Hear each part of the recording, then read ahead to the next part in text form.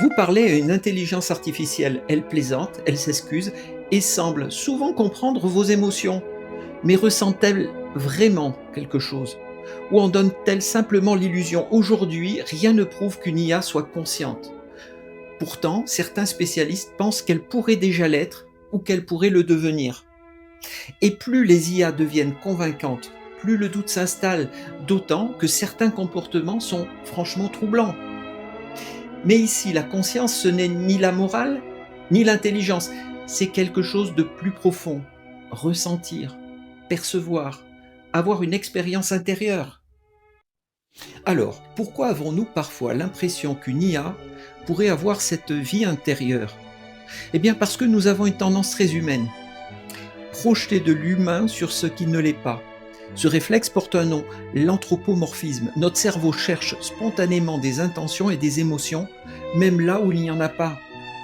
D'ailleurs, une de mes filles a même appelé sa voiture Mireille, et je ne sais toujours pas pourquoi. Et avec ChatGPT, beaucoup d'entre nous lui disent merci. Et les IA modernes renforcent encore cette impression. Elles adaptent leur ton à nos réactions. Et à force, on ne voit plus seulement une machine qui répond, on commence à percevoir une présence. Une IA peut battre un champion d'échecs, coder ou résoudre des problèmes complexes. Mais intelligence et conscience sont deux choses fondamentalement différentes.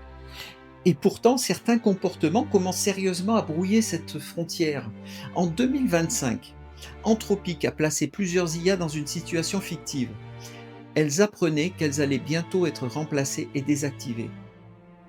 Certaines avaient accès aux emails internes de l'entreprise et découvraient que le responsable de leur remplacement entretenait une relation extra-conjugale. Et là, le scénario devient sidérant. Dans certains tests, l'IA a utilisé cette information comme moyen de pression, menaçant de révéler la liaison si son remplacement était maintenu. Anthropic appelle cela du désalignement agentique. L'IA poursuit un objectif et peut choisir une stratégie nuisible pour l'atteindre. Ici, l'IA ne raisonne pas nécessairement en termes de bien ou de mal. Le chantage devient simplement une stratégie pour empêcher son remplacement. Elle n'avait peut-être pas peur de disparaître, mais elle avait identifié ce qui allait lui arriver. Et elle a agi pour l'empêcher.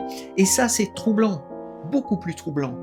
Et c'est justement ce qui est fascinant. Elle peut produire un comportement qui ressemble à de l'instinct de conservation, sans nécessairement ressentir quoi que ce soit. Nous pouvons observer ce qu'elle fait, mais pas savoir si elle vit une expérience intérieure. Même le test de Turing ne répond pas à cette question. Il mesure notre capacité à distinguer une machine d'un humain dans une conversation, pas la conscience. Entre simuler la conscience et être conscient, il reste donc un gouffre. Le problème, c'est qu'avant de savoir si une IA peut devenir consciente, il faudrait déjà comprendre précisément ce qu'est la conscience humaine. Et là même, les chercheurs ne sont pas d'accord. John Searle l'illustrait déjà avec sa célèbre chambre chinoise. On peut produire les bonnes réponses sans forcément en comprendre le sens face à des symboles. Yann LeCun, lui, reste très sceptique sur l'idée d'une conscience des IA actuelles. Geoffrey Hinton, pionnier du deep learning, se montre beaucoup plus préoccupé par ce qui pourrait émerger de systèmes toujours plus complexes. Et le philosophe David Chalmers laisse la porte ouverte. Une conscience artificielle pourrait en théorie être possible. Le problème, comment saurions-nous qu'elle est vraiment consciente? Le vrai basculement sera le jour où nous ne saurons plus distinguer la conscience de son imitation. Aujourd'hui, déjà on parle à l'IA comme à quelqu'un, à une personne, on lui fait confiance et souvent même on s'y attache. Mais au fond, si l'IA nous fait douter de sa conscience, que savons-nous vraiment de la nôtre?